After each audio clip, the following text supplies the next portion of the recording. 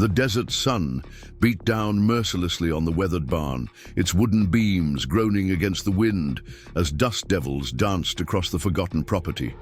For nearly 50 years, the old Reynolds Ranch had stood abandoned, its secrets buried beneath decades of neglect and whispered local legends. But secrets have a way of surfacing, especially when someone comes looking for them. Thomas Walker wiped the sweat from his brow, his calloused hands gripping the crowbar as he pried up another floorboard in the barn. At 67, his body protested with each movement, but the determination in his eyes burned as bright as it had in his youth. This derelict ranch represented his last chance, a final roll of the dice with what remained of his life savings. The locals called him crazy. The real estate agent had practically apologized while handing over the keys. His own sons had begged him to reconsider, but Thomas had spent his life restoring what others had given up on, and he wasn't about to stop now. The crowbar suddenly slipped, sending him lurching forward. Catching himself, Thomas froze as his flashlight beam revealed something in the newly exposed gap. Not dirt or foundation stone, but what appeared to be polished concrete curving in, a perfect arc that had no business being under an old barn floor. What he discovers is a reinforced concrete door hidden beneath decades of dust and debris, its surface etched with symbols no rancher would ever use to mark livestock. And when he finally manages to break the ancient lock after days of deciphering, its secrets, what's inside, leaves him trembling and speechless, facing a decision that will not only change his life, but potentially rewrite history itself. Before we jump back in, tell us where you're tuning in from. And if this story touches you, make sure you're subscribed, because tomorrow I've saved something extra special for you. Thomas Walker had never planned to spend his retirement years starting over. The blueprint for his golden years had been modest but secure. The mortgage-free Phoenix house he'd shared with Linda for 40 years, his pension from the State Historic Preservation Office, and enough savings to travel occasionally, to visit their sons and grandchildren scattered across the country. Cancer had rewritten those plans 3 years ago, taking Linda after an 18-month battle that drained their savings and left Thomas alone in a house that echoed with memories. The economic downturn that followed only compounded his troubles, cutting his pension by nearly 30% and sending property values in his once stable neighborhood into a tailspin. On this particular Tuesday morning, Thomas sat at his kitchen table, surrounded by final notices and foreclosure threats. His coffee had gone cold hours ago, forgotten as he stared at his laptop screen, scrolling through property listings he had no business considering at his age. His practical side, the side Linda had always appreciated, told him to sell what he could, rent a small apartment, and accept the diminished future ahead of him. But there was another part of Thomas that refused to go quietly. The part that had drawn him to restoration work in the first place. He'd spent his career bringing forgotten buildings back to life, seeing potential where others saw only decay. It was this instinct that kept bringing his cursor back to one particular listing, even as he told himself it was foolishness. 40-acre historic ranch property with original structures, significant restoration needed, cash offers only, priced for immediate sale. The asking price was absurdly low, which meant the condition was likely catastrophic. The single blurry photo showed a main house with a sagging roof and a large barn leaning precariously to one side. The location was remote, 30 miles outside Copper Creek, Arizona, a former mining town that had reinvented itself as a modest tourist destination for those exploring the desert Southwest. Thomas clicked on the property history, surprised to see it had been on and off the market repeatedly over 5 decades, with ownership reverting to the county multiple times for unpaid taxes. The original owners, the Reynolds family, had abandoned it suddenly in the early 1970s after nearly a century of continuous operation. Subsequent owners had purchased it but never occupied or developed it. His phone rang, interrupting his thoughts. It was his eldest son, Michael, calling from Seattle. "Dad, did you talk to the real estate agent about listing the house?" Michael's concern was evident even through the poor connection. "I'm working on it," Thomas replied, minimizing the ranch listing on his screen as if his son could somehow see it. "Just weighing my options." Michael's sigh was audible. "There aren't many options left, Dad. The equity in the house is the only asset you have left. You need to downsize now before the bank makes the decision for you." Thomas ran his hand over his thinning white hair, a gesture that had become habitual during difficult conversations. "I know, son. I'll make some decisions this week." After reassurances and promises to call again soon, Thomas ended the call and reopened the ranch listing. Michael was right. The sensible path was clear. Sell the house, clear the debts, find an affordable senior apartment, and make peace with a quiet decline. Instead, Thomas found himself reaching for his phone and dialing the number on the listing. The real estate agent, Dave Mercer, sounded surprised to receive an inquiry about the Reynolds property. "That old place. It's been nothing but trouble for the county. Last guy who bought it never even visited once. Just held the land for speculation, then defaulted when the development. Plans fell through." "I'd like to see it," Thomas said, surprising himself with the firmness in his voice. "Sure, I can meet you out there, but I gotta warn you, it's not just a fixer-upper. It's a complete rebuild if you're thinking of living there. Most folks interested in it are looking at land value only, planning to bulldoze everything." "I restore historic properties," Thomas replied. "Or I used to, anyway. I'd like to see what's salvageable."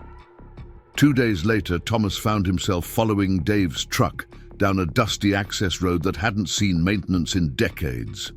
The journey from the main highway took nearly 40 minutes, the last portion requiring four-wheel drive to navigate the rutted dirt path that wound through mesquite and creosote bush. As they crested a small rise, the Reynolds Ranch came into view in the valley below. Even from a distance, Thomas could see that the listing photo had been generous.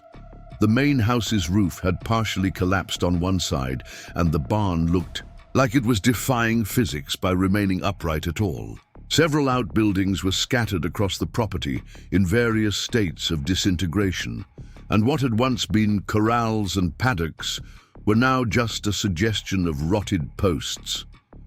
Dave parked and stepped out, his city shoes immediately coated in the fine desert dust. "Like I said, it's rough. County will require significant code upgrades before issuing occupancy permits. Septic system is original, probably failed decades ago. Water comes from a well that may or may not still be viable. Power lines would need to be rerun from the main road." Thomas barely heard him. Despite the devastation, his trained eye was catching details that excited his professional instincts. The house foundation was stone, not concrete, hand-cut and expertly laid in a pattern he recognized from other high-quality frontier constructions. The visible woodwork, though weathered, showed craftsmanship that had become rare by the early 1900s.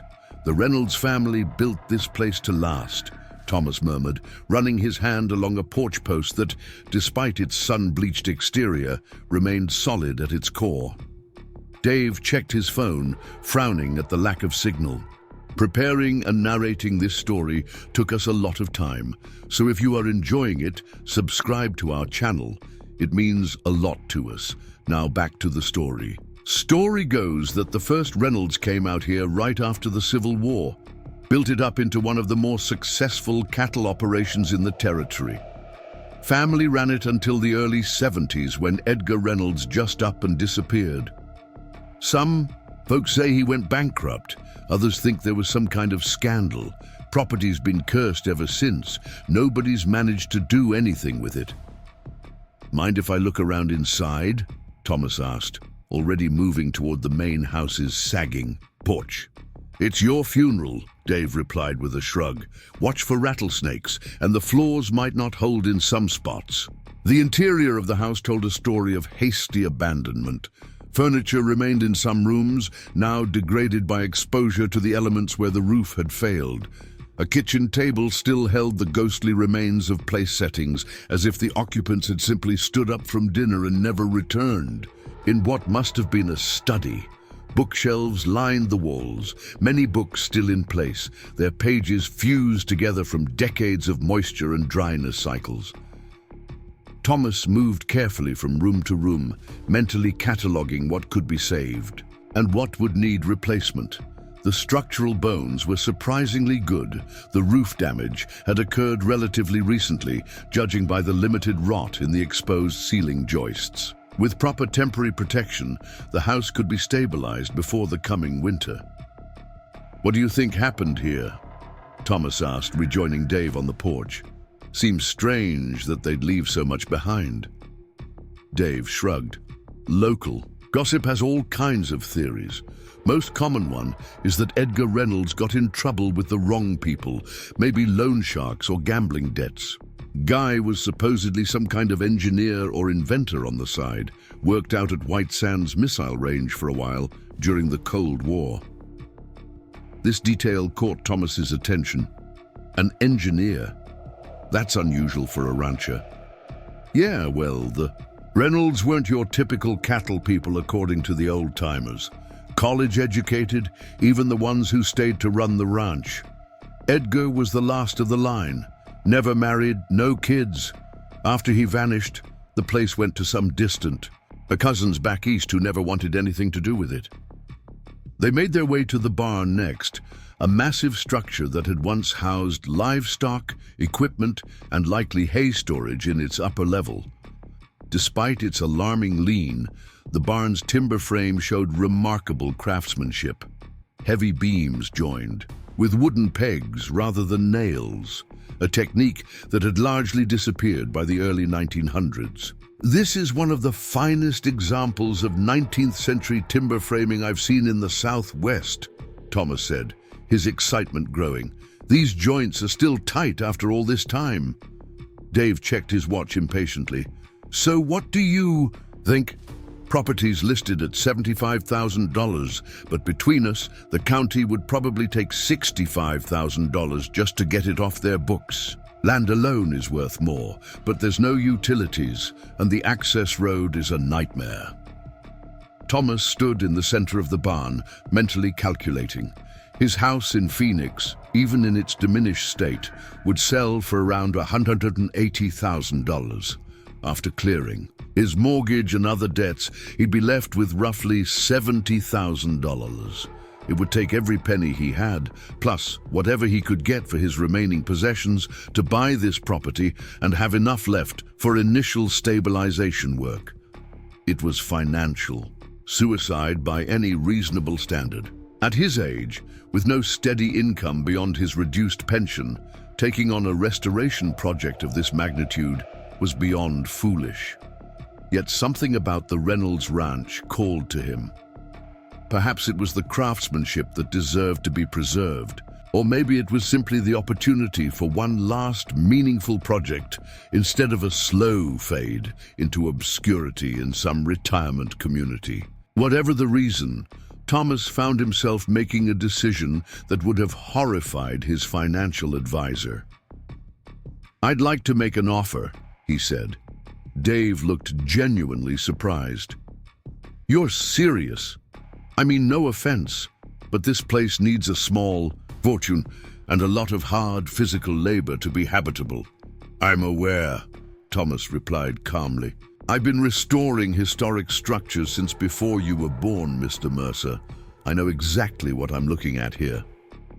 Whether that was entirely true was a question Thomas pushed aside as Dave shrugged and pulled out his phone to begin drafting an offer on the spot.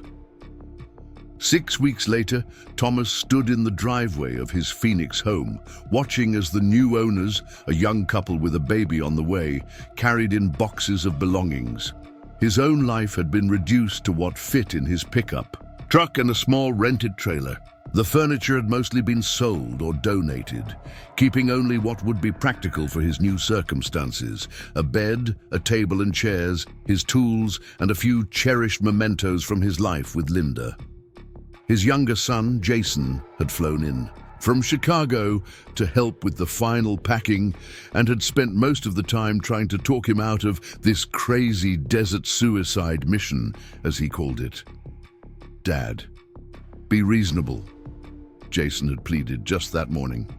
"You're 67, with a bad back and no income. This ranch is 30 miles from civilization. What happens if you get hurt out there? What happens when the money runs out and the place still isn't livable?" These were all valid questions that Thomas had asked himself repeatedly over the past weeks. The rational answer was clear. This was a terrible idea born of desperation and a refusal to accept the limitations of aging and financial reality.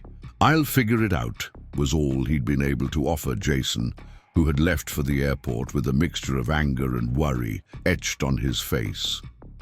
Now, as the new owners of his family home waved cheerfully from the porch, Thomas climbed into his truck and began the journey toward an uncertain future. The practical voice in his head, the one that sounded remarkably like Linda, kept asking what he thought he was doing, throwing away security for a crumbling homestead in the middle of nowhere. The 5-hour drive to Copper Creek gave him plenty of time to question his decision. By the time he pulled onto the main street of the small desert town, doubt had firmly settled in his stomach like a stone. He stopped at the local grocery to stock up on supplies, aware of the curious glances from locals unaccustomed to new faces. At the checkout, the older woman scanning his items looked at him with open curiosity. "You passing through or staying? A while?" "Just bought the old Reynolds place," Thomas replied, immediately registering the woman's raised eyebrows. "Well, that's something. Place has been sitting empty since I was a girl. I'm Margaret, by the way. Run the library when I'm not helping out here. Thomas Walker, retired restoration specialist." Margaret nodded approvingly. Good to see someone might fix it up proper instead of bulldozing it. Shame what happened to the Reynolds family. Used to be important folks around here. This caught Thomas's interest. What exactly did happen? The real estate agent was vague about why they abandoned it. Margaret glanced around as if checking who might be listening, then lowered her voice. "Lot of stories over the years. Edgar was brilliant but peculiar. Some say he was working on government projects, secret stuff out at White Sands. Others think he found something on the property, something valuable. Then one day he just vanished, left dinner on the table, they say." "And nobody investigated?" Thomas asked, surprised. "Oh, the sheriff at the time looked into it, found nothing suspicious. Bank foreclosed eventually, and that was that. But..." She hesitated. "But what?" "Some folks say Edgar had enemies. People who wanted whatever he was working on. My husband, Jim, worked with him briefly in the 60s, said Edgar was paranoid about corporate spies and government oversight." She finished bagging his groceries. "Anyway, that's just old gossip now. Good luck with the place. You'll need it." The sun was setting by the time Thomas navigated the treacherous access road to the ranch. He parked near the house, noting that in the golden evening light, the property looked less derelict and more like a sleeping giant waiting to be awakened. He had arranged for a small propane delivery and had basic supplies shipped ahead: HE, camp stove, portable toilet water containers, and heavy-duty tarps to protect the most vulnerable parts of the house until proper repairs could begin. It wasn't comfortable, but it was workable for the immediate future. As darkness fell, Thomas set up a battery-powered lantern in what had once been the living room, spread his sleeping bag on a camping cot, and ate a simple dinner of canned stew heated on the camp stove. The desert night was already growing cold, but he had come prepared with warm clothing and extra blankets. Sitting alone in the pool of light from his lantern, surrounded by the creaking sounds of the old house settling, Thomas finally allowed himself to confront the magnitude of what he had done. He had spent nearly every penny he had on a property that might well prove impossible to restore with his limited resources. His sons thought he had lost his mind. By objective standards, they were probably right.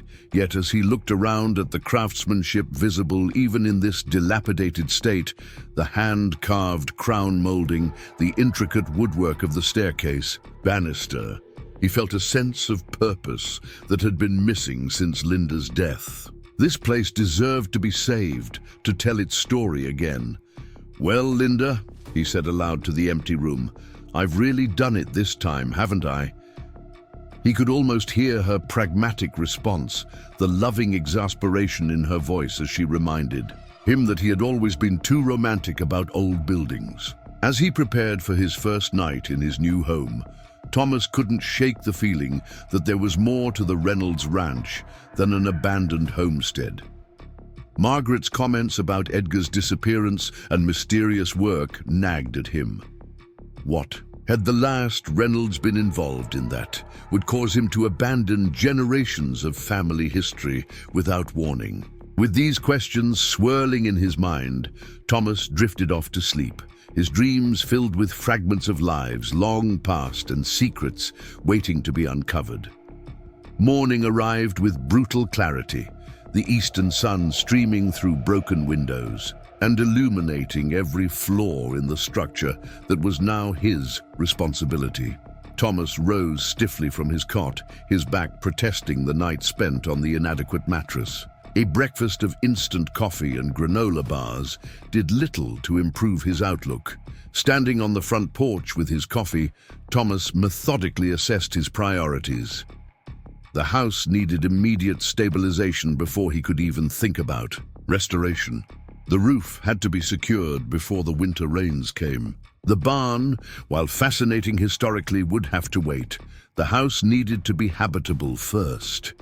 Yet, as he surveyed his new property in the morning light, Thomas found his gaze repeatedly drawn to the barn. Something about its unusual construction called to him. Most ranch barns of the period were utilitarian structures, built for function rather than form. This one, despite its current state, showed evidence of exceptional craftsmanship and unusual design choices. "One quick look," he promised himself, "then I'll focus on the house." The barn's massive doors hung precariously from rusted hinges, requiring careful maneuvering to enter without causing further damage. Inside, dust motes danced in the shafts of sunlight that penetrated through holes in the roof and walls. The space was largely empty, though remnants of stalls and storage areas were still visible along the perimeter. What struck Thomas immediately was the floor. Most barns of this era would have dirt floors, perhaps with wooden planking in certain areas. This barn had a concrete floor throughout, unusual for a 19th century structure, particularly in such a remote location. The concrete appeared to be original to the building, not a later addition. Why would a cattle rancher go to the expense of pouring a full concrete floor in a barn? Thomas wondered aloud, his voice echoing in the cavernous space. Moving further into the structure, Thomas noticed something else unusual. The central area of the barn had a slightly different color and texture to the concrete than the perimeter. Kneeling down to examine it closer, he realized the central section was a perfect circle, approximately 15 feet in diameter. "This isn't random," he murmured, brushing away decades of accumulated dust to reveal what appeared to be intentionally placed seams in the concrete. Heart racing with the thrill of discovery, Thomas hurried back to his truck for more tools, a broom, a crowbar, and a better flashlight. Returning to the barn, he began methodically sweeping the circular section, revealing more details with each pass of the broom. The circular section wasn't just a different pour of concrete, it had been deliberately inset into the main floor. Around its perimeter, barely visible beneath years of grime, were markings etched into the surface. Not ranch brands or measurements, but precise, technical-looking symbols and numbers. "What on earth were you building out here, Edgar?" Thomas whispered, forgetting all about his plans to work on the house. As the morning stretched into afternoon, Thomas became increasingly certain that the circular section was actually a door or hatch of some kind. A deliberate installation disguised to blend with the surrounding floor. The markings around its edge resembled equations or coordinates, more than decorative elements. Using his crowbar, Thomas gently probed the seam where the circle met the main floor. After several attempts, he found a spot where the tool slipped in more deeply, suggesting a deliberate gap. Applying careful pressure, he felt something shift slightly beneath the concrete. A mechanism of some kind still worked after all these years. Thomas sat back on his heels, his mind racing. This was no ordinary structural element. The barn hadn't been built to house livestock or store equipment. At least, that hadn't been its primary purpose. It had been constructed to hide something deliberately concealed beneath a seemingly ordinary ranch building. Edgar Reynolds, the engineer who had worked on classified projects during the Cold War. The sudden abandonment of the property. The local rumors about valuable discoveries or secret work. It all began to form a picture in Thomas's mind. A mystery whose first tangible clue lay before him in the form of this hidden door. As the sun began to set, casting long shadows through the barn's broken walls, Thomas reluctantly packed up his tools. He had spent the entire day focused on his discovery, completely neglecting the urgent work needed on the house. His practical side, again sounding remarkably like Linda, reminded him that solving historical mysteries wouldn't keep the rain out or provide a livable space for the coming winter. Yet as he made his way back to the house in the fading light, Thomas felt more alive than he had in years. Beyond the immediate challenges of restoration, beyond the financial precariousness of his situation, he had found something that fired his imagination and curiosity. Tomorrow, he would begin the necessary work on the house, but he would also continue investigating the mysterious circle in the barn floor. Because Thomas Walker, who had spent his career bringing forgotten structures back to life, now found himself drawn into a deeper kind of restoration, uncovering the buried secrets of the Reynolds Ranch and the man who had abandoned it so abruptly all those years ago. What Thomas couldn't know, as he heated another can of stew on his camp stove that evening, was that his discovery would soon attract attention far beyond the isolated valley. Attention from people who had been watching the Reynolds property for decades, waiting for someone to uncover what Edgar had so carefully hidden away. His simple retirement project was about to become something far more complicated and potentially dangerous than he could have imagined. Thomas spent the next 3 weeks establishing a tenuous foothold on the Reynolds property. With limited funds and only his own labor, progress was measured in small victories. A section of roof patched against coming rains, broken windows covered with salvaged plywood, and a rudimentary solar panel system providing enough electricity to run a few lights. And his laptop. His back ached constantly, his hands were covered in cuts and calluses, and most nights he fell into exhausted sleep before the desert sky had fully darkened. But the work gave him purpose, and each improvement, however modest, brought him a satisfaction he hadn't felt in years. While the house demanded most of his attention, Thomas couldn't stop thinking about the circular concrete section in the barn floor. He had spent several afternoons cleaning it further, revealing more of the intricate markings etched around its perimeter.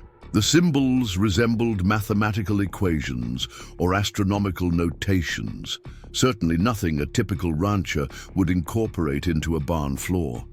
Each discovery reinforced his conviction that Edgar Reynolds had built this structure to conceal something significant.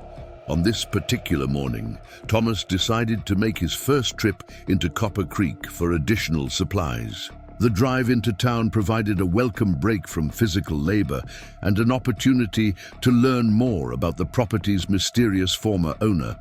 His first stop was the hardware store, where he loaded up on necessities: roofing materials, plumbing, fittings, and electrical components that would extend his makeshift systems. The store owner, a weathered man in his 50s named Frank, raised his eyebrows at Thomas's purchases. "You're the fella who bought the Reynolds place, aren't you?" Frank asked as he rang up the items. "Heard someone finally took it on." Most folks around here thought that property would just rot away until there was nothing left. "That's me," Thomas confirmed. "Thomas Walker. The place needs work, but it has good bones." Frank nodded approvingly. "My grandfather helped build the barn back in the day," said old man Reynolds. That would be Edgar's father, was particular about everything. Wanted better materials than most ranchers would use. Paid extra for everything. "The craftsmanship is remarkable," Thomas agreed, then added casually, "I've been curious about the concrete floor in the barn. Seems unusual for the period." Frank's hands paused briefly on the register. Edgar had that put in later, after he came back from working for the government. Folks thought it was strange at the time. Who puts a fancy floor in a working barn? But Edgar was always a bit different. "Different how?"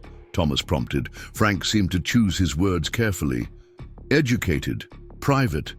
After his father died and he took over the ranch, he wasn't as involved in the community as the earlier Reynolds had been. Spent a lot of time in that barn, people said. Called it his workshop." "Did anyone know what he was working on?" "Not that I ever heard, but..." Frank looked around the empty store, then lowered his voice. "There were rumors about government, men visiting the ranch.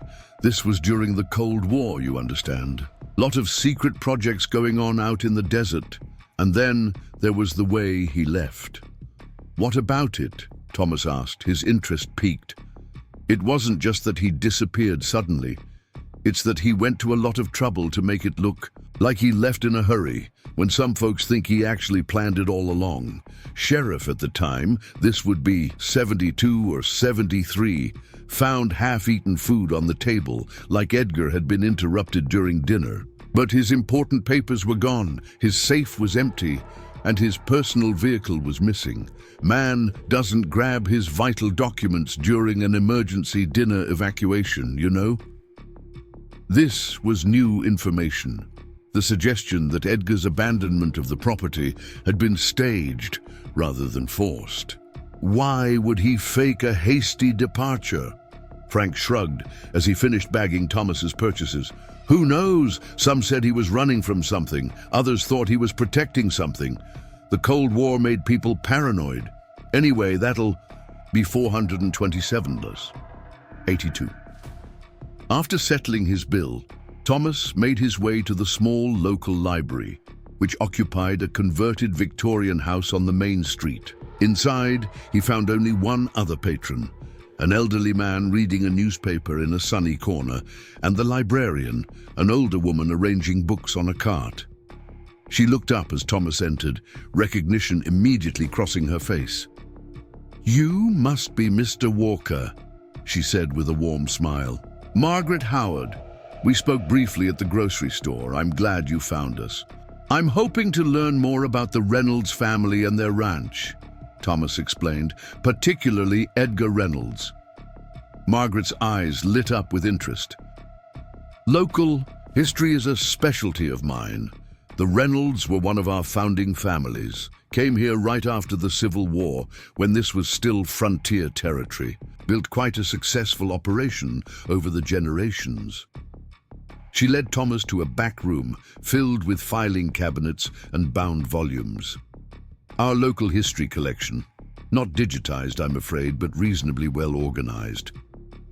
She pulled out several folders from a cabinet labeled Founding Families and a thick photo album. "These should give you a start. The old Copper Creek Gazette archives might be helpful too. We have them on microfilm." Thomas spent the next several hours immersed in the history of the Reynolds family. They had indeed been prominent in the area successful ranchers who had also invested in the local mining operations and railroad development.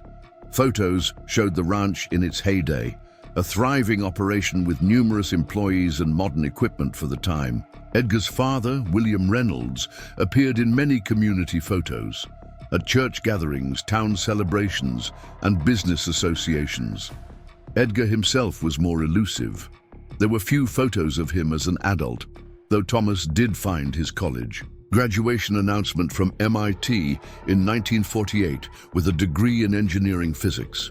A brief article from 1951 mentioned his work with the government at facilities in New Mexico, almost certainly a reference to the National Laboratories or White Sands Missile Range. By 1955, he had returned to Copper Creek to take over the ranch following his father's death, but unlike previous Reynolds men, he rarely appeared in community photos or news items thereafter. Most interesting was what Thomas found in the property records. Edgar had significantly modified the ranch during the late 1950s and early 1960s. Permits had been filed for extensive renovations to the barn, including the installation of a reinforced foundation and floor in 1958.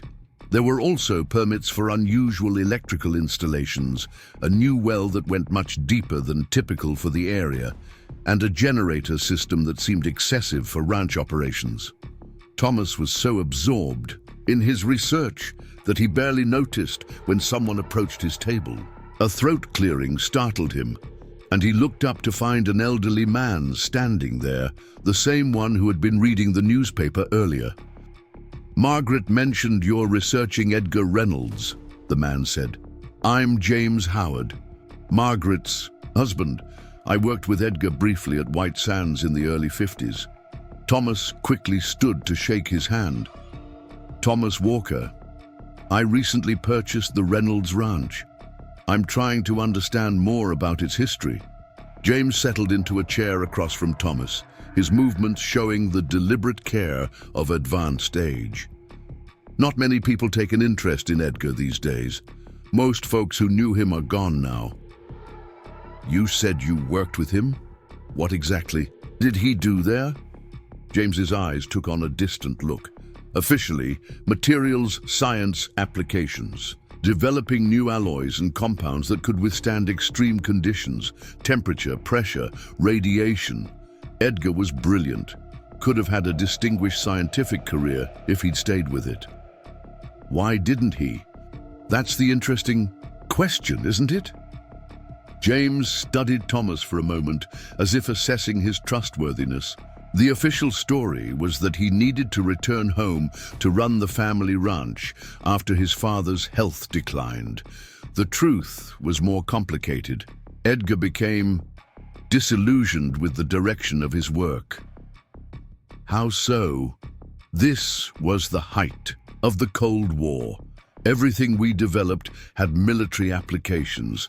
Edgar had joined the program with idealistic notions about advancing science for humanity's benefit.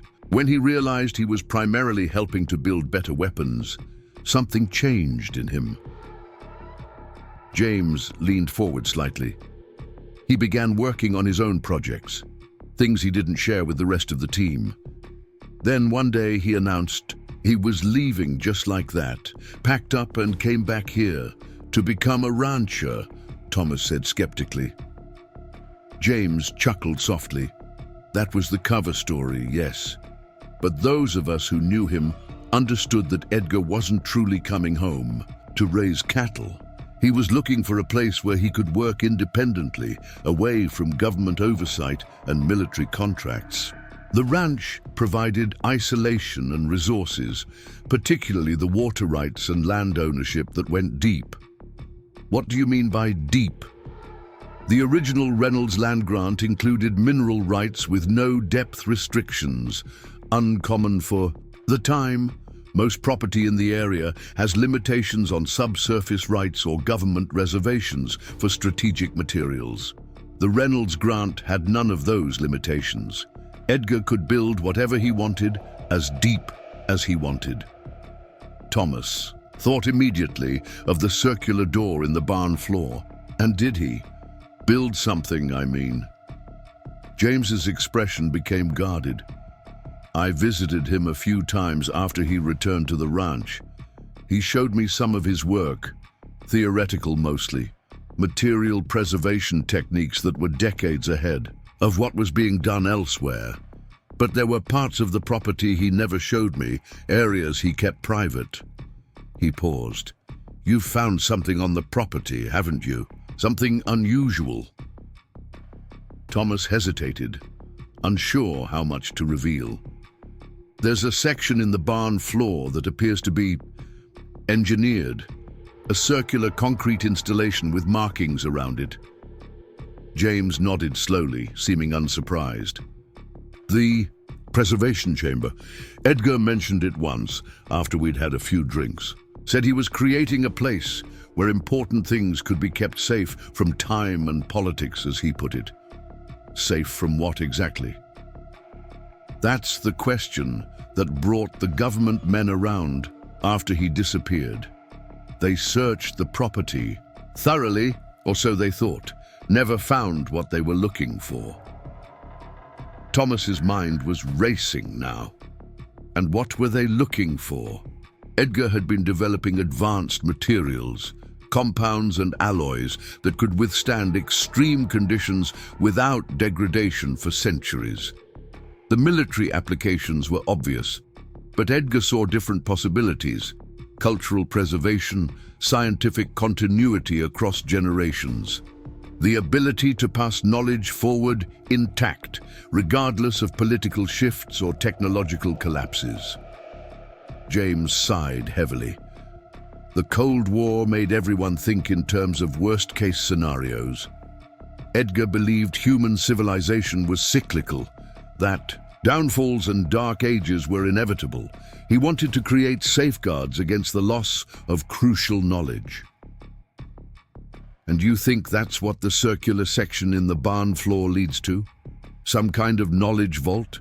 What? I think, James said carefully, that Edgar Reynolds was brilliant enough to create something that the government's best people couldn't find, despite knowing it existed somewhere on that property. And I think that if you've identified its location, you need to be very careful about who you tell. Thomas thought about the unusual interest the real estate agent had mentioned, properties repeatedly purchased but never developed, the county regaining ownership through tax defaults. It suggested a pattern of outside buyers acquiring the land for what it might contain, not for the property itself. Has anyone else shown interest in the property recently? Thomas asked. James exchanged a look with his wife, who had approached quietly during their conversation. Margaret spoke up, her voice low. Westland Development has been buying up properties throughout the county for the past couple of years. They've approached everyone with significant acreage, offering above-market values. They've been particularly interested in the old ranches from the territorial period. The Reynolds place would be the crown jewel for them, James added. They've tried to acquire it several times through different shell companies. The county turned them down repeatedly, wanting a buyer who would actually develop the property, not just hold it. Thomas felt a creeping unease. What exactly is Westland Development? What are they developing? On paper, luxury residential communities and a resort complex, Margaret explained. In reality, they've developed nothing. They buy land, secure the mineral and water rights, then sit on it. Their parent company has connections to various defense contractors and technology firms. They're looking for something, James said bluntly. Something they believe is hidden on one of these old properties. My guess is that Edgar's work is at the top of their list. Thomas thought about the circular door in his barn, waiting to be opened after nearly 50 years. Whatever lay beneath, it had been important enough for Edgar Reynolds to abandon his family legacy to protect it, important enough that people were still searching for it decades later.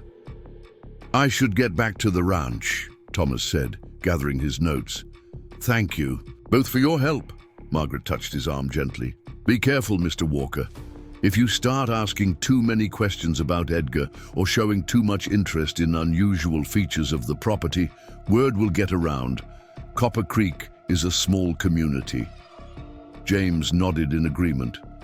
Come see us again. If you find anything you need help understanding, I may not have Edgar's brilliance, but I know enough about his work to recognize its significance.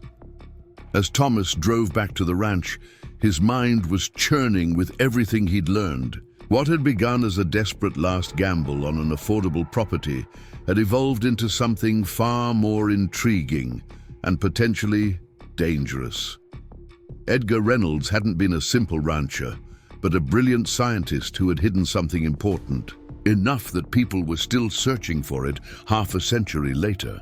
The sun was beginning to set as Thomas navigated the rutted access road to the property, casting long shadows across the landscape. As he crested the final rise before the ranch came into view, he noticed something that made him slow to a stop. A black SUV with government plates parked near his makeshift campsite by the house. Two men in dark suits stood on his porch, while a third examined the exterior of the barn. There was nothing threatening in their posture, but their presence on his property without invitation set alarm bells ringing in Thomas's mind. He considered turning around, but the dust cloud from his approach had already given him away. The men by the house had spotted his truck and were now watching his approach. Taking a deep breath, Thomas continued down the slope toward the ranch. Whatever game was being played here, it had just escalated beyond historical curiosity. These men had been waiting for him, and he suspected they hadn't come to welcome him to the neighborhood. As Thomas parked beside the black SUV, one of the men approached with a polite smile that didn't reach his eyes. "Mr. Walker, I'm Agent Collins with the Department of Energy. We were hoping to have a word with you about this property."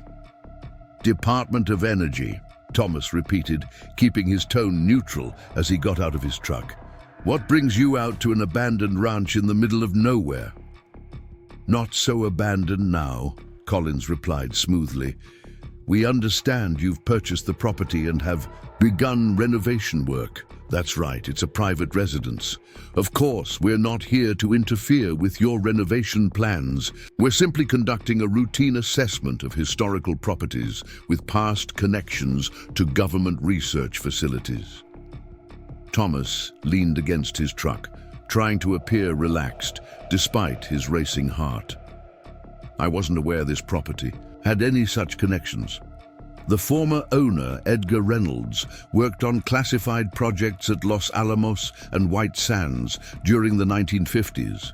Standard protocol requires that when properties associated with such individuals change hands, we conduct a brief survey to ensure no materials of concern were left behind. It was a plausible explanation, but Thomas didn't believe it for a second. 50 years had passed since Edgar disappeared. If the government had been concerned about sensitive materials, they would have thoroughly searched the property decades ago, which, according to James Howard, they had. "Materials of concern," Thomas asked. "What exactly would those be?" "Primarily documentation, research notes, technical diagrams, that sort of thing. Occasionally physical samples or prototypes. Nothing dangerous but potentially still classified." Collins gestured toward the house. "We'd appreciate the opportunity to take a quick look around. It won't take long." Thomas considered his options. Refusing would only heighten their suspicions and potentially give them reason to return with a warrant. Better to appear cooperative while revealing as little as possible. "Sure," he said with a shrug, "though I should warn you, the place was abandoned for 50 years. Most of what was left has been damaged by exposure or carried off by previous trespassers. I've barely begun to sort through it all." He led Collins and one of the other agents into the house, carefully steering them away from areas where he'd stored his research notes and the historical documents he'd been studying. The third agent, he noticed, continued to examine the barn from the outside, paying particular attention to the foundation. Inside, the agents conducted what appeared to be a cursory examination, opening cabinets, checking bookshelves, peering into closets. Their movements, however, suggested they knew exactly what they were looking for, and their questions became increasingly specific. "Have you encountered any unusual structural features on the property?" Collins asked. "False walls, hidden rooms, storage areas that seem excessive for a ranch operation?" "Nothing like that," Thomas lied. "Just typical ranch buildings in poor repair. The previous owner left furniture and some personal effects, but nothing that looks important or unusual." "What about the barn?" the second agent asked. "Have you done any work out there yet?" "Just basic stabilization," Thomas replied. "The structure was in danger of collapse. I've been focusing on making the house habitable first." Collins nodded, his eyes scanning the room with practiced efficiency. "Sensible approach. Mind if we take a look at the barn as well? These old ranch properties often have interesting architectural features." Thomas led them outside, his mind working frantically to come up with a way to distract them from the circular door he'd partially exposed. Luck was with him. A sudden gust of wind had torn loose one of the tarps he'd used to patch the barn roof, and it now flapped noisily in the breeze. "Damn," Thomas muttered convincingly. "I just secured that yesterday. Winds out here are relentless." "Looks like you could use some help," Collins observed. "Actually, yes," Thomas agreed, seizing the opportunity. "If one of you could give me a hand, we can get it secured before it causes more damage." The ploy worked. Collins directed the second agent to help Thomas with the rooftop, while he and the third agent continued their inspection of the barn's interior. Thomas deliberately took his time with the repair, keeping the second agent occupied on the roof with him, where they had a clear view of Collins and his colleague below. From this vantage point, Thomas could see the agents examining the barn, floor methodically, moving from section to section. They paused at the area where Thomas had been working on the circular section, but much of it remained concealed beneath old straw and debris that Thomas had deliberately left in place. After a brief inspection, they moved on, apparently not recognizing the significance of what lay partially hidden beneath the accumulated grime of decades. By the time they finished securing the tarp, Collins and the other agent had completed their examination of the barn. If they had recognized anything unusual, they gave no indication of it. "Thank you for your cooperation, Mr. Walker," Collins said as they prepared to leave. "If you do come across anything unusual during your renovation, particularly documentation, unusual materials, or structural anomalies, we'd appreciate a call." He handed Thomas a business card with a government seal and a phone number. "Of course," Thomas replied, pocketing the card, "though I'm not expecting to find anything like that. Just a lot of hard work restoring an old house." Collins smiled thinly. "You never know what might turn up in these old places. Previous owners sometimes leave surprising things behind." As the black SUV disappeared down the access road, Thomas felt the tension he'd been holding release slightly. The visit hadn't been a coincidence. Someone had alerted these agents to his presence and his interest in Edgar Reynolds. The question was whether they actually knew about the circular door or were still searching blindly for whatever Edgar had hidden. Either way, Thomas now faced a crucial decision. He could continue his careful, methodical approach to investigating the door, which might take weeks given his limited tools and knowledge. Or he could accelerate his efforts, potentially exposing himself to more scrutiny, but possibly accessing whatever lay hidden before others could interfere. The sun had fully set now, the desert night rapidly cooling around him. Thomas lit a lantern and returned to the barn, a new sense of urgency driving him. If government agents were already monitoring his activities, others might not be far behind, perhaps. Representatives of the mysterious Westland development that the Howards had mentioned. In the lantern light, Thomas examined the circular section more carefully than before. The markings around its edge weren't random. They formed a precise pattern that repeated at regular intervals. If this was indeed a door or hatch, these markings likely related to its opening mechanism. Thomas cleared away more of the debris concealing the circle's edge, revealing a complete ring of symbols. Some resembled astronomical notations, stylized representations of planets or star configurations. Others were clearly mathematical in nature, equations and formulas that Thomas could only partially comprehend. As he brushed away decades of accumulated dust from one section, his hand felt a slight depression in the concrete, a recess that had been deliberately incorporated into the design. Further examination revealed similar recesses at regular intervals around the circle, each positioned at what appeared to be the junction points between different symbol groupings. A combination lock, Thomas murmured to himself, but what's the right sequence? He recalled James Howard's comment about Edgar developing preservation techniques, creating a chamber where important things could be kept safe from time and politics. If Edgar had been as careful and forward-thinking as everyone suggested, the mechanism for opening this door would be designed to withstand decades of neglect while still remaining functional for the right person with the right knowledge. The big question was whether Thomas could decipher that knowledge before unwelcome visitors returned with more thorough search methods.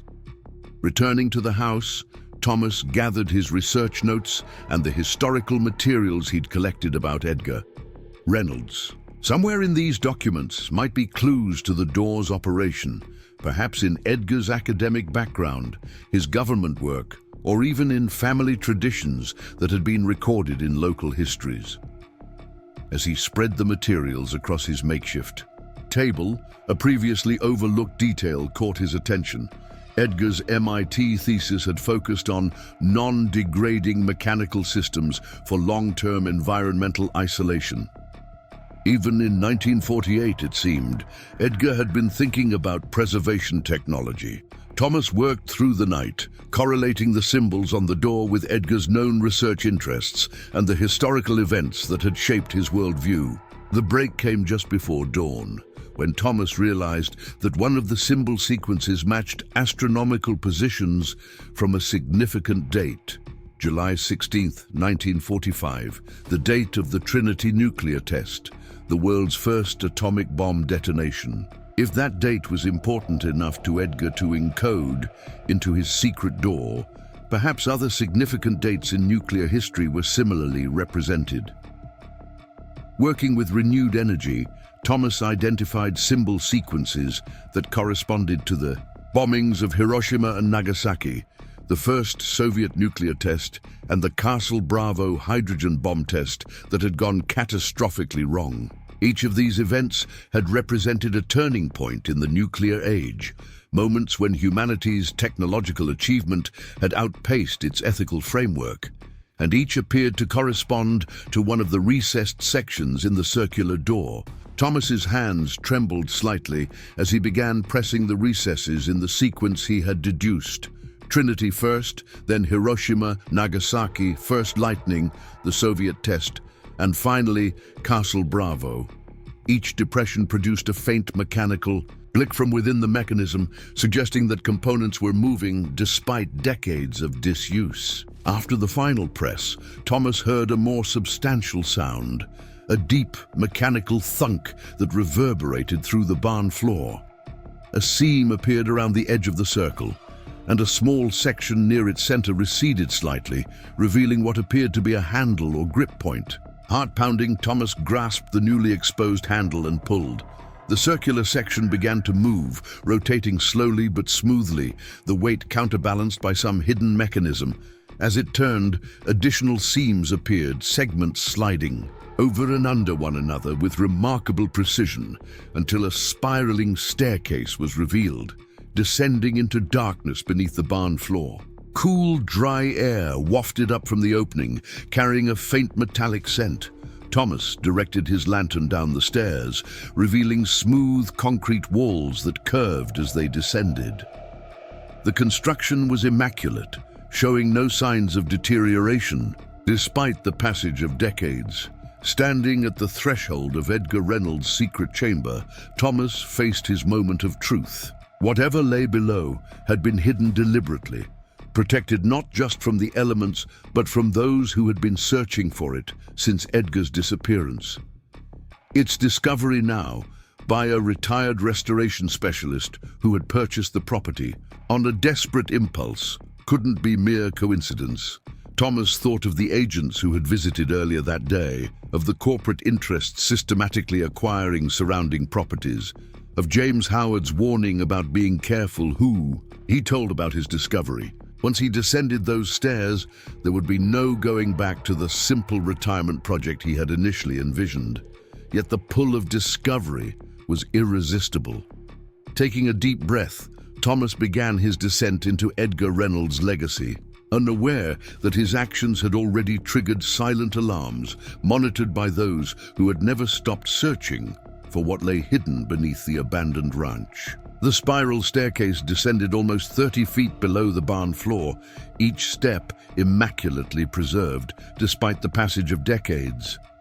Thomas moved cautiously, his lantern casting dancing shadows across the smooth concrete walls. The air grew cooler as he descended, but remained remarkably dry and fresh, nothing like the musty dampness one would expect in an underground chamber that had been sealed for so long.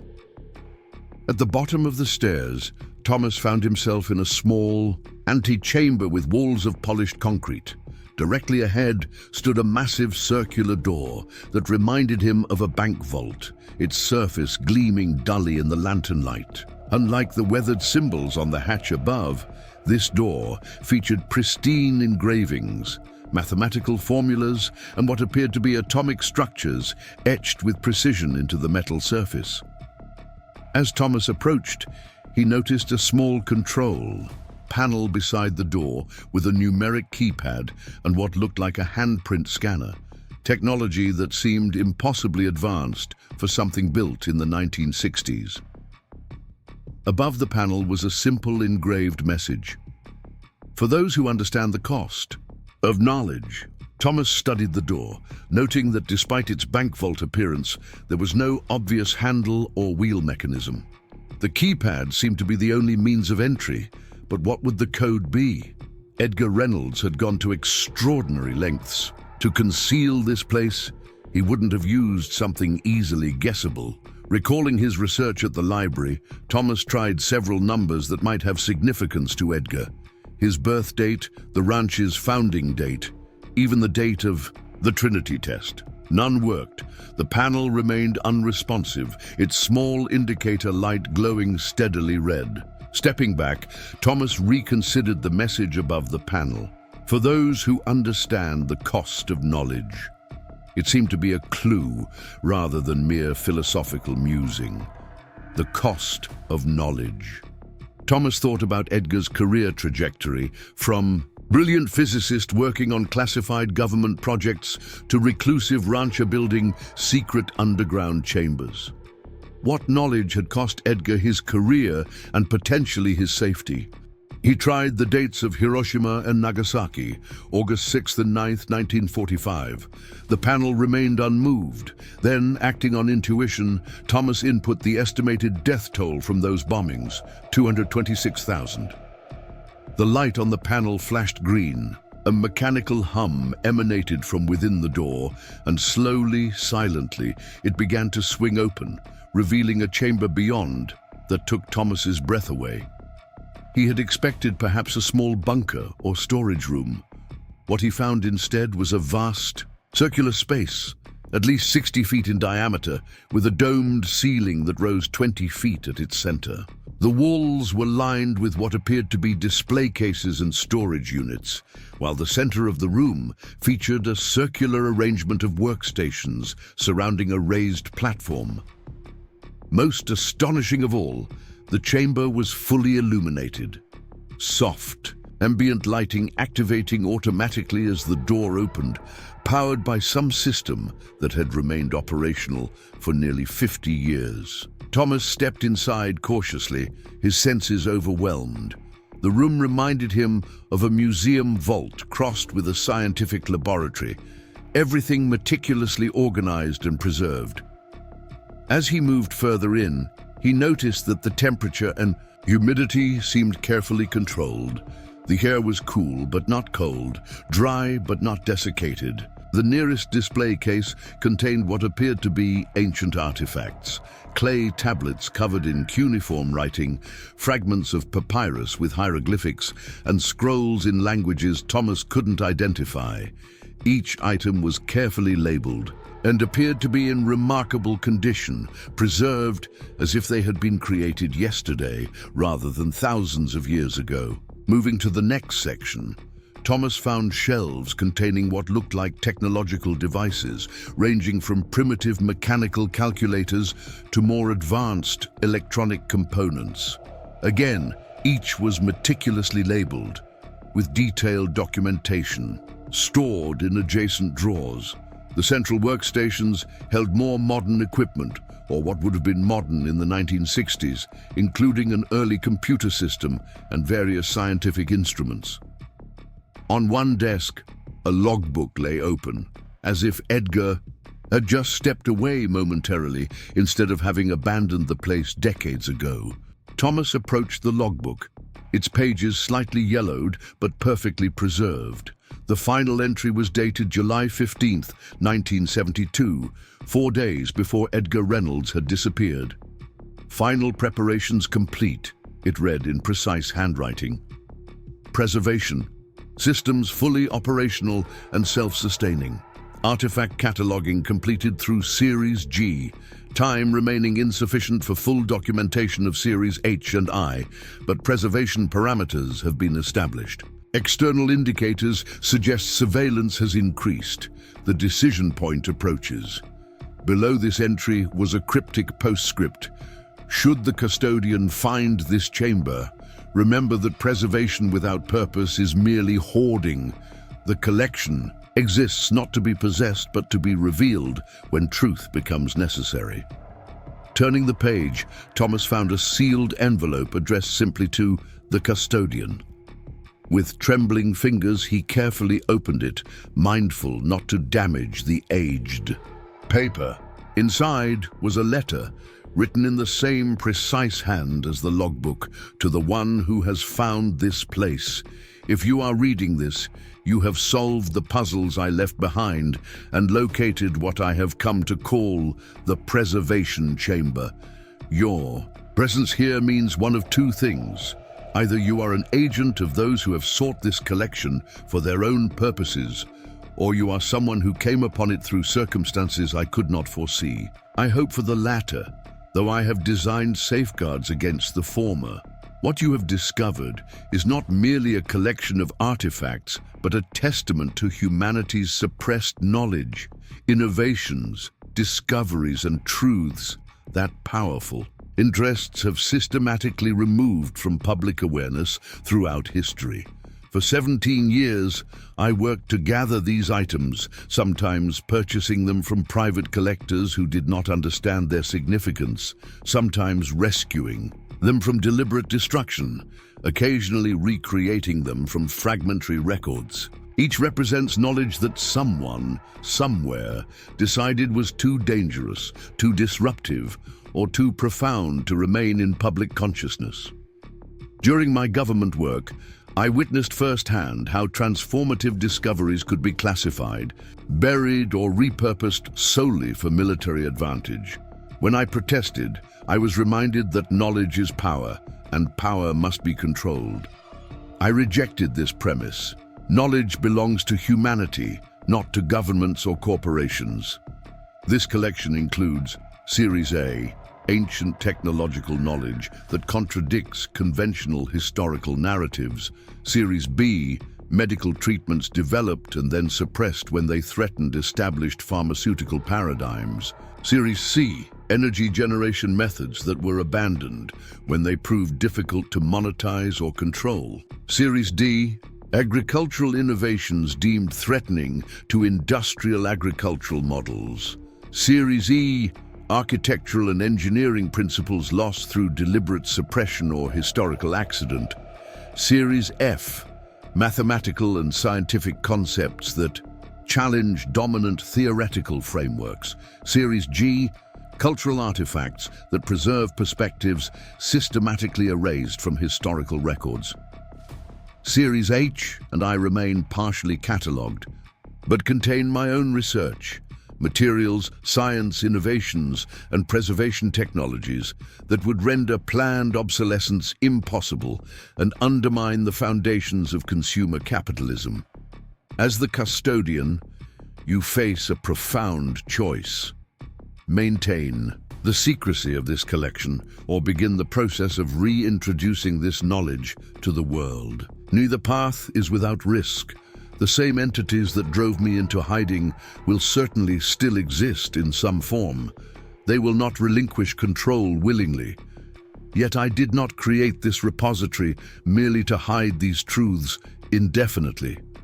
In the adjacent chamber, you will find my final project, a comprehensive documentation system designed to authenticate and disseminate this knowledge in a manner that would make suppression impossible.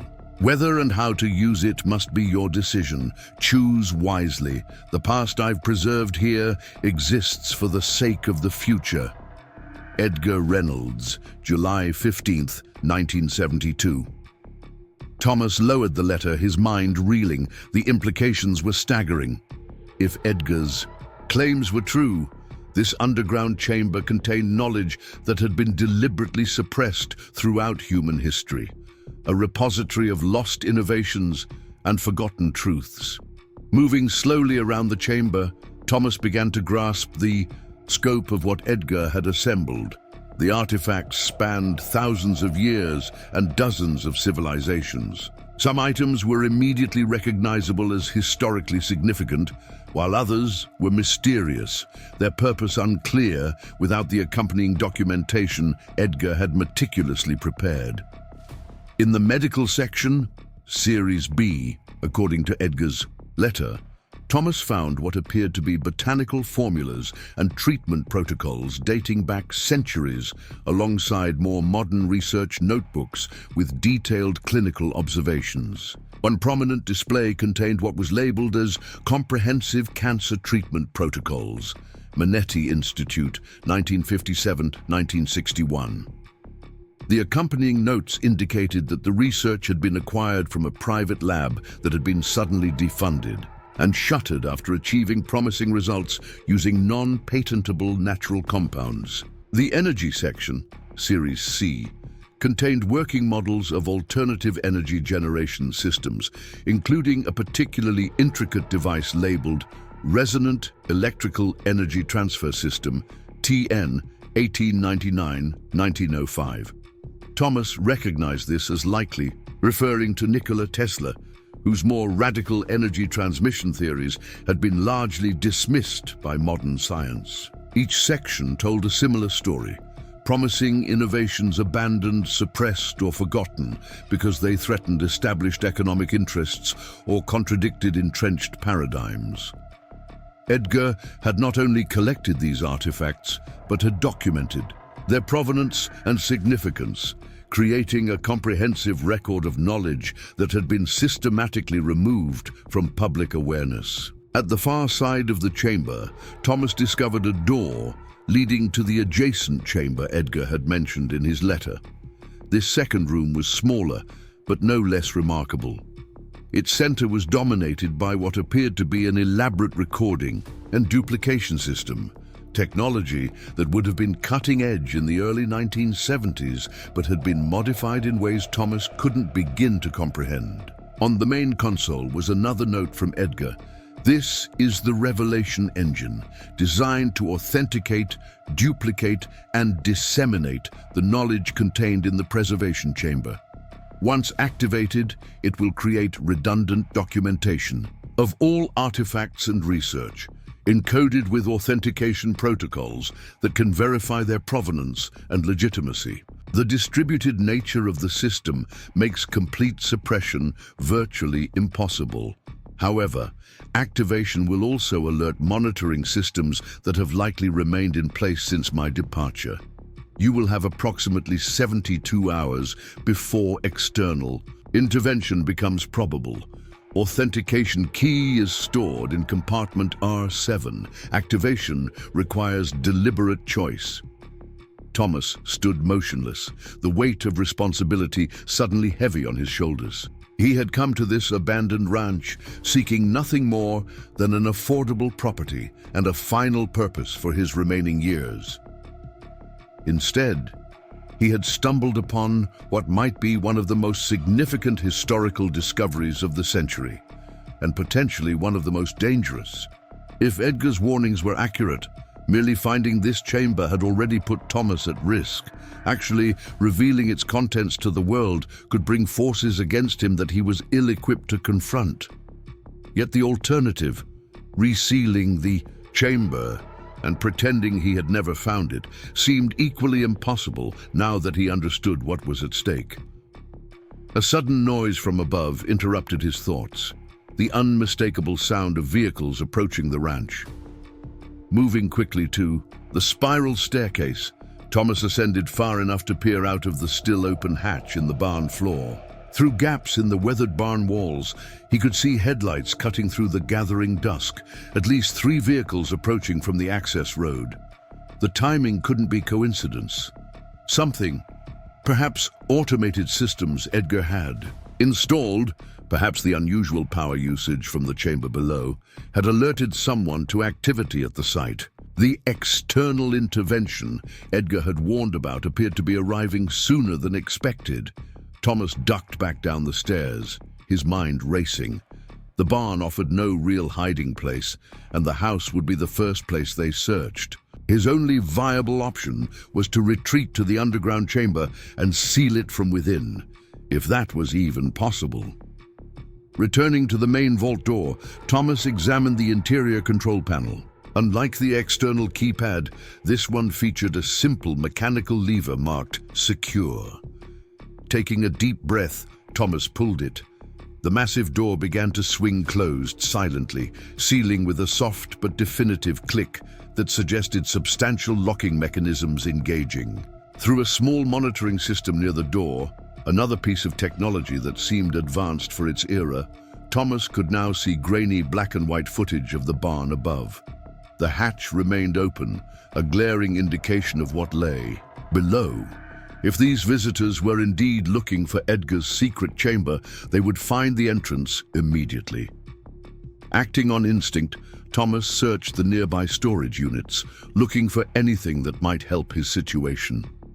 In a cabinet, labeled Security Protocols, he found what appeared to be a control panel connected to the barn's infrastructure. One switch was clearly marked Emergency Concealment. With nothing to lose, Thomas flipped it. On the monitor, he watched as the open hatch in the barn floor suddenly began to move. The circular door slid smoothly back into place, and then, most remarkably, the entire floor section seemed to shift, rearranging itself until the seams of the hatch were no longer visible. Within seconds, the barn floor appeared completely ordinary, with no indication of the entrance hidden beneath. Edgar Reynolds had thought of everything. Now concealed safely below, Thomas watched the monitor as 3 black SUVs pulled up outside. The barn. Men in tactical gear emerged, moving with the practiced efficiency of military or law enforcement training. They were not the same men who had visited earlier. These individuals made no pretense of being government inspectors. They moved like a retrieval team, clearly searching for something specific. 2 men entered the barn, their flashlights sweeping methodically across the interior. They paid particular attention to the floor, moving back and forth in a search pattern that suggested they knew exactly what they were looking for. Yet no matter how carefully they examined the concrete, they found no trace of the entrance Thomas had used just minutes earlier. After nearly 30 minutes of increasingly frustrated searching, The team expanded their efforts to the house and outbuildings. Thomas watched on various monitors as they conducted a thorough search of the entire property, eventually removing items from his temporary living quarters, his research notes, the historical documents he had collected from the library, even his laptop. It was nearly midnight when they finally departed, leaving behind a property that had been methodically searched and partially ransacked. Only when the last vehicle had disappeared down the access road did Thomas allow himself to breathe normally. Again, he was safe for the moment, but also effectively trapped. The hidden chamber had protected him, but he had no way of knowing if it was now safe to emerge. Whoever these people were, they had clearly been looking for Edgar's secret vault, and they would undoubtedly return with more sophisticated equipment or different search methods. Turning away from the monitors, Thomas surveyed the chamber that might now be both his sanctuary and his prison. If he was going to be staying here for an indeterminate period, he needed to understand the resources available to him. A systematic exploration revealed that Edgar had prepared for extended occupation. One section contained preserved food supplies, water filtration systems, and other survival necessities. Another held living quarters with basic but comfortable furnishings. Most impressively, the environmental systems appeared to be self-sustaining, drawing power from what Thomas guessed was a geothermal source deep below the ranch. As he continued his investigation, Thomas discovered a communications console that seemed designed for secure external contact. The technology looked dated by modern standards, but featured modifications and enhancements that suggested capabilities beyond typical 1970s equipment.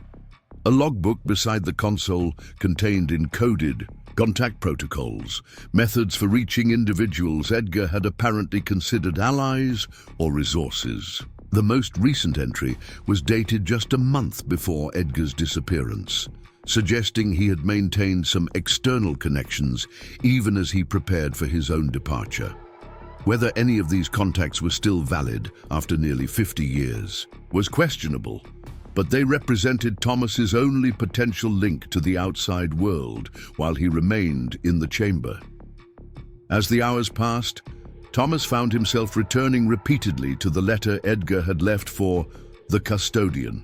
The responsibility it described was overwhelming, deciding whether to reveal knowledge that had been deliberately suppressed throughout human history, potentially challenging powerful interests that had dedicated resources to keeping these secrets buried.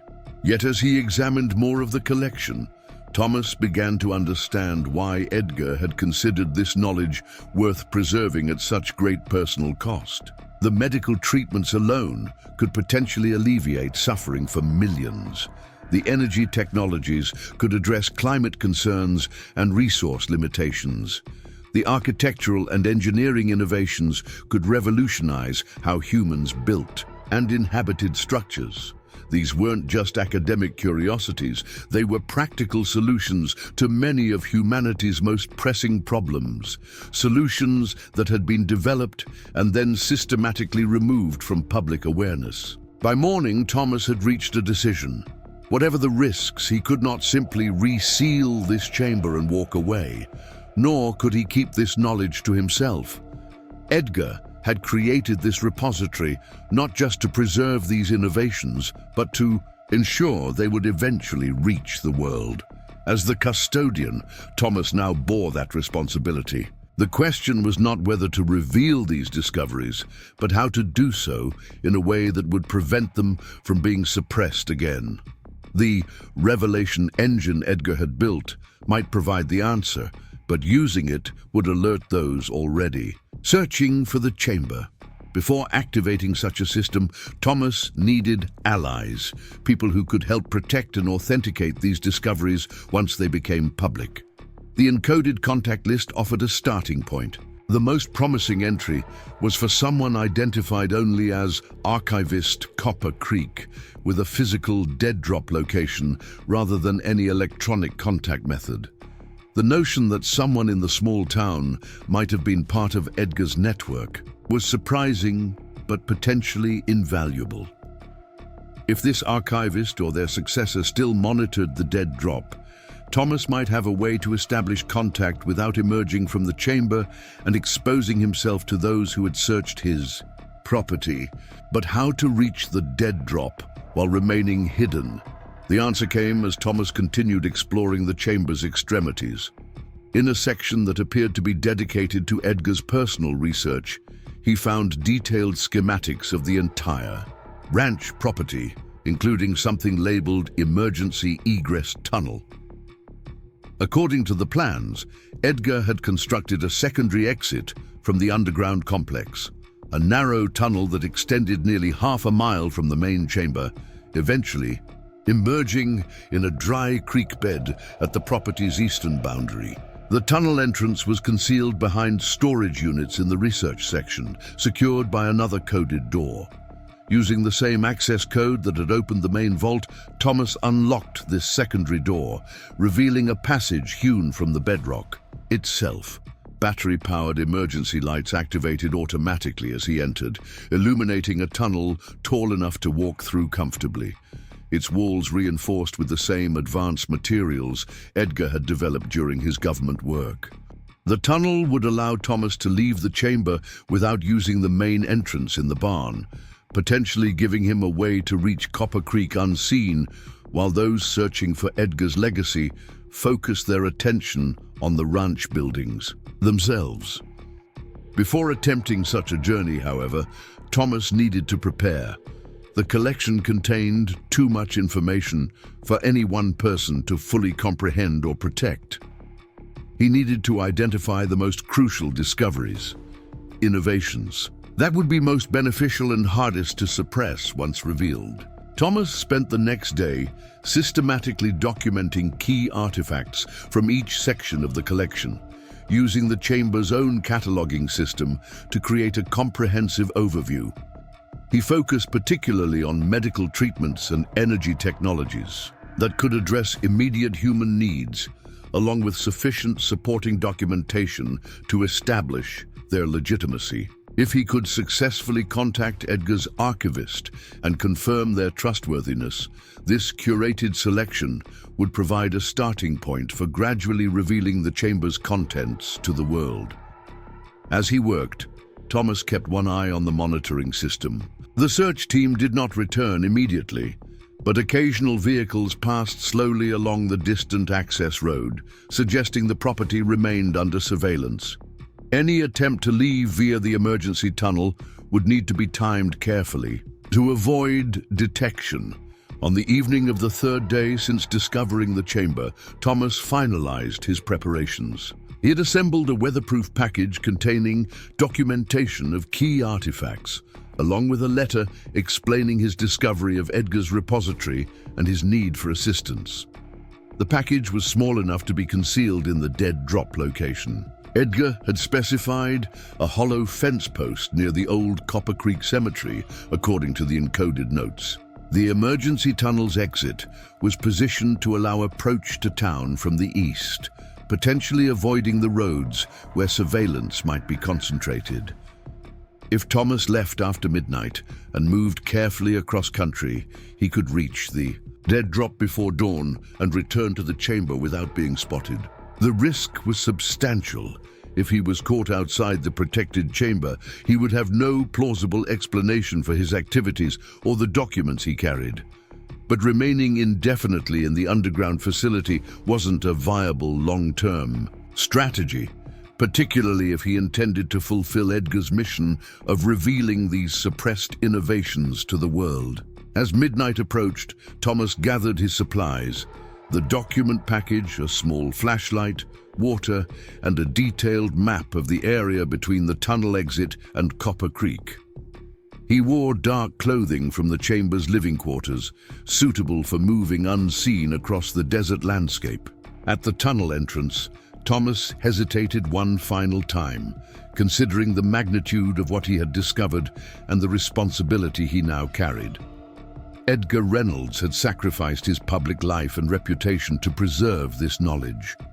Now, nearly 50 years later, Thomas Walker, a retired restoration specialist who had purchased this property on a desperate impulse, found himself continuing that mission. The coincidence seemed too profound to be mere chance. Perhaps Edgar had somehow anticipated that someone like Thomas, someone with the skills to recognize the chamber's significance, but no connections to the interests that had sought to suppress, it would eventually find his repository. Whatever forces had brought him to this moment, Thomas now had to see it through. Taking a deep breath, he stepped into the tunnel and began the journey that would either fulfill Edgar's vision or lead to the final suppression of the knowledge he had worked so hard to preserve. The tunnel stretched ahead, illuminated by the soft glow of emergency lighting that had remained operational for half a century, a testament to Edgar's engineering genius. With each step, Thomas moved further from the known world and deeper into a realm of suppressed truths and hidden knowledge that had waited decades for rediscovery. What lay at the end of this journey, Thomas couldn't begin to predict.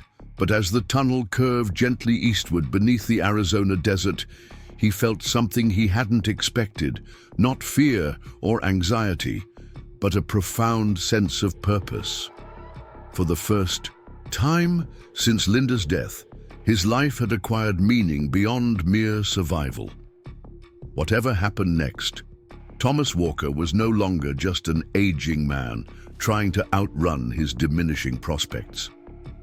He had become the custodian, guardian of knowledge too important to lose and too dangerous to keep hidden forever. The eastern horizon showed the first hints of dawn as Thomas emerged from the hidden tunnel exit, carefully pushing aside the rusted metal plate that had concealed it for decades. The dry creek bed offered perfect cover, eroded banks rising 4 feet on either side, obscuring him from view as he paused to get his bearings. His night journey through Edgar's emergency tunnel had been surprisingly straightforward.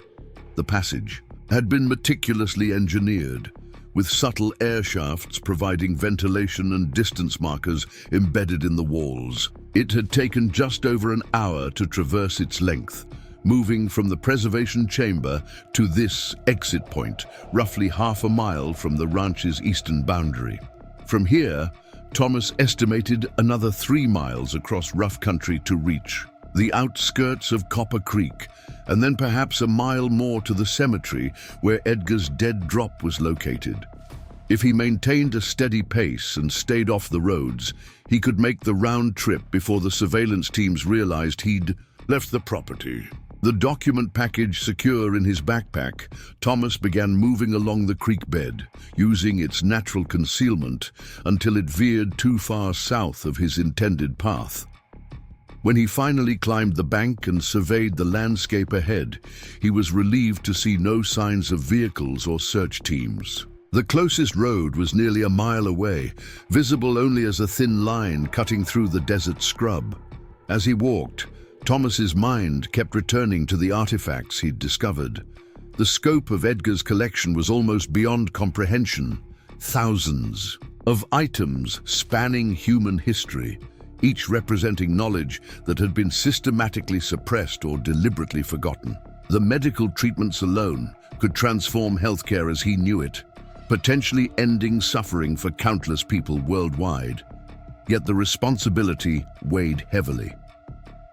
Edgar's letter had made it clear that powerful interests had worked hard to ensure these innovations never reached the public.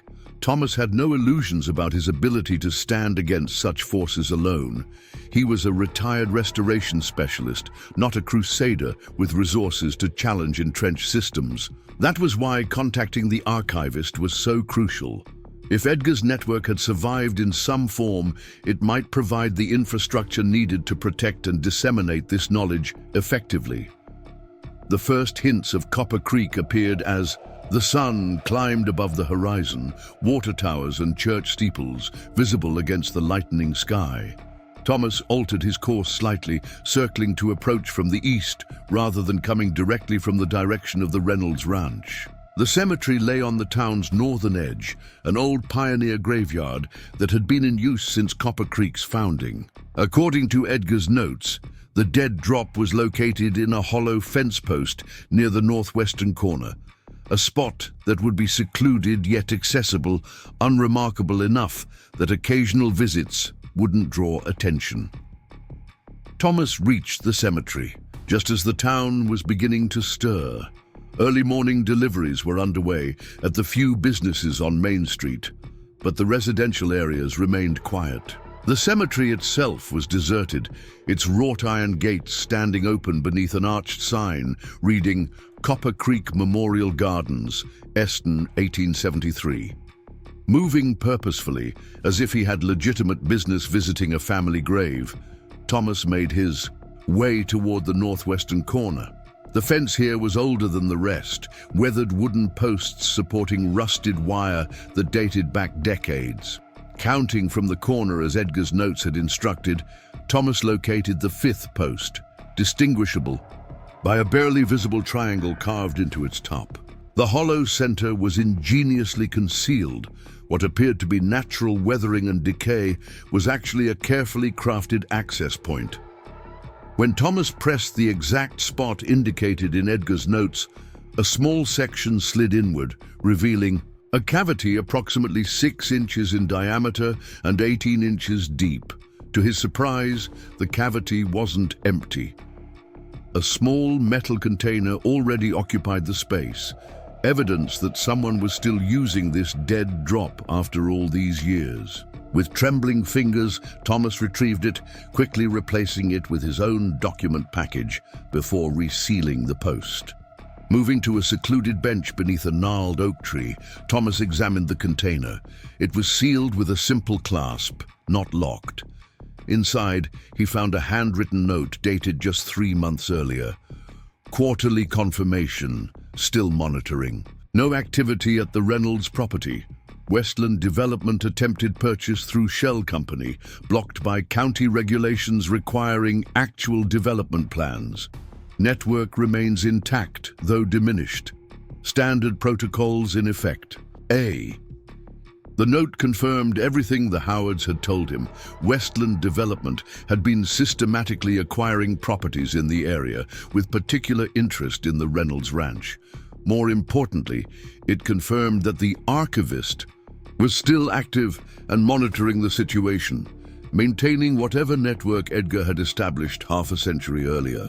The reference to standard protocols suggested an established communication system. Thomas hoped his document package would provide enough information to initiate contact without compromising the chamber's security. With his mission accomplished, Thomas began the return journey, taking a slightly different route to avoid crossing his earlier path. As he hiked across the desert landscape, a distant dust cloud caught his attention. Vehicles moving along the main road toward the Reynolds Ranch, still miles away but clearly headed in that direction. The search was intensifying. Thomas quickened his pace, knowing that each hour outside the protected chamber increased his risk of discovery. By midday, he had reached the dry creek bed again, following it back to the tunnel entrance with renewed urgency. The metal plate slid aside easily, and Thomas disappeared into the passage just as the sound of helicopter rotors became audible in the distance. Edgar's foresight had once again provided protection at a crucial moment. The return journey through the tunnel seemed longer, Thomas's legs heavy with fatigue after the round trip to town. When he finally emerged into the preservation chamber, he allowed himself a moment of relief. He had successfully initiated contact without being detected. Now came the waiting. For the next 3 days, Thomas remained in the underground complex, dividing his time between studying the collection in greater detail and monitoring the activity above ground. The surveillance of the ranch continued unabated. Vehicles regularly patrolled the perimeter, and Thomas occasionally spotted individuals conducting what appeared to be ground-penetrating radar surveys of the property. They were looking for the chamber, methodically scanning the entire ranch inch by inch. It was only a matter of time before they detected the underground complex, despite Edgar's remarkable concealment measures. On the morning of the 4th day, Thomas checked the monitoring system and noted something unusual. A single figure walking, openly across the property, following the dry creek bed toward the tunnel's exit point. The person made no attempt at concealment, moving with the confidence of someone who had nothing to hide. Using the system's rudimentary zoom capability, Thomas recognized Margaret Howard. She walked directly to the tunnel entrance, knelt beside the concealed plate, and placed what appeared to be another metal container beside it. Then, looking directly at the hidden camera Edgar had installed decades earlier, she spoke clearly. "Mr. Walker, if you can see or hear this, we received your package. The network is mobilizing. Stay hidden, but prepare the revelation engine. We'll make contact again in 48 hours with specific instructions." The implications were staggering. Not only was Margaret Howard apparently the current archivist, but the monitoring system Edgar had installed included external cameras that Thomas hadn't even known existed. Most importantly, Edgar's network still functioned. People who understood the importance of his work and had dedicated themselves to protecting it for decades. With renewed purpose, Thomas returned to the second chamber to examine the revelation engine more carefully. The system was remarkably sophisticated for its era, essentially a comprehensive documentation and distribution platform designed to create multiple authenticated copies of everything in the collection, encoded with verification of protocols that would make the information impossible to dismiss as fraudulent. Compartment R7, where Edgar had indicated the authentication key was stored, contained a small device resembling a pocket watch. When opened, it revealed not a clock face, but a complex mechanism with dozens of tiny moving parts surrounding a central activation button. The accompanying instructions explained that this was a one-time authentication key. Once pressed, it would initiate a process that could not be halted or reversed. The revelation engine would create complete digital and physical documentation of the entire collection, transmitting encrypted copies to receiving stations Edgar had established around the world. These stations, according to the notes, were maintained by a network of trusted individuals who had pledged to protect and disseminate this knowledge if the signal ever came. Some stations might have failed over the decades, but Edgar had built redundancy into the system. Even if only a fraction remained operational, the collection's contents would still reach the world. Thomas spent the remainder of the day preparing the system according to Edgar's detailed instructions. The technology was unlike anything he had ever encountered. Parts of it seemed far advanced, even by modern standards, suggesting that Edgar's personal research had progressed well beyond what was publicly known even today. As the 48-hour mark approached, Thomas returned to the monitoring system. Right on schedule, Margaret Howard appeared again, this time accompanied by her husband James and a younger man Thomas didn't recognize. They approached the tunnel entrance with purpose, the younger man carrying what appeared to be modern communications equipment. Margaret spoke directly to the camera again. "Mr. Walker, we're ready to proceed. The network has been fully activated. Receiving stations in 17 countries have confirmed operational status. When you initiate the revelation engine, we'll simultaneously release corroborating documentation from our archives, creating multiple independent verification sources that will be impossible to discredit collectively." James stepped forward.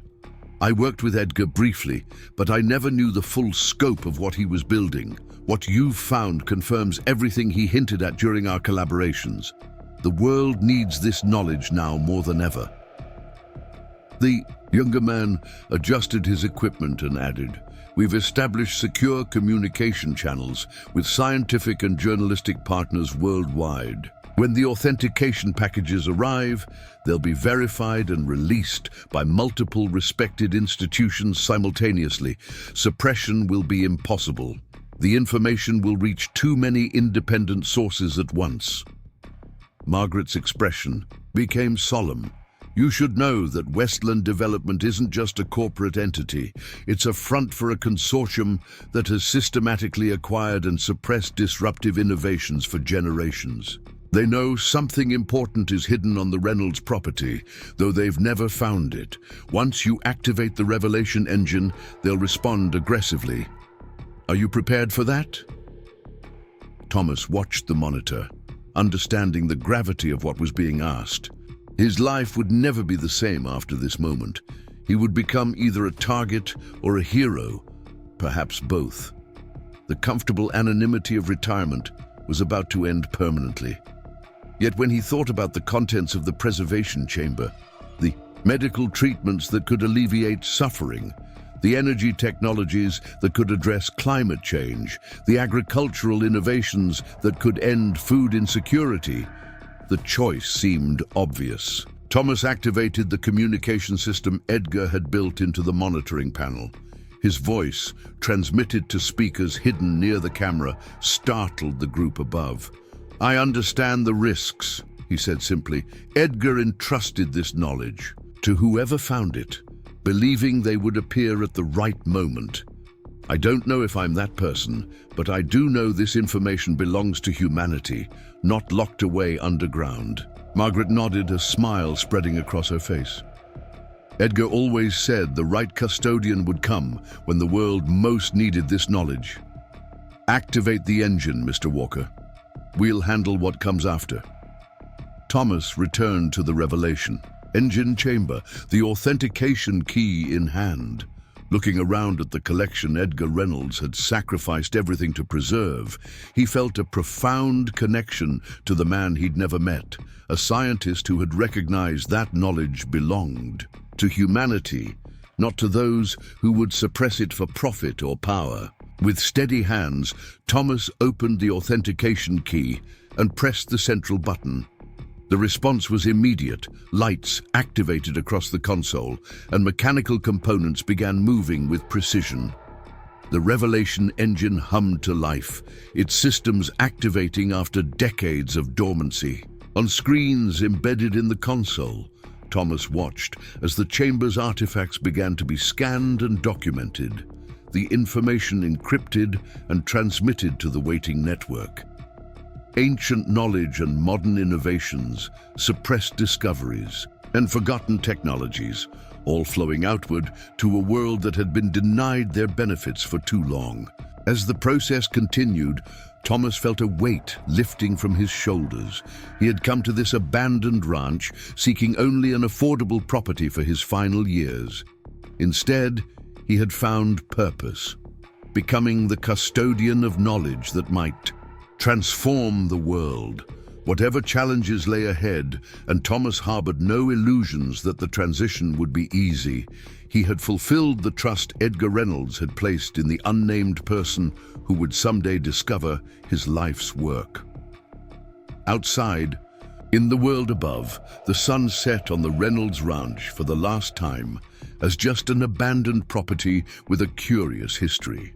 By morning, it would become the epicenter of a global revelation, the source of knowledge that had been hidden not just beneath its weathered boards and concrete floors, but from human consciousness itself for generations.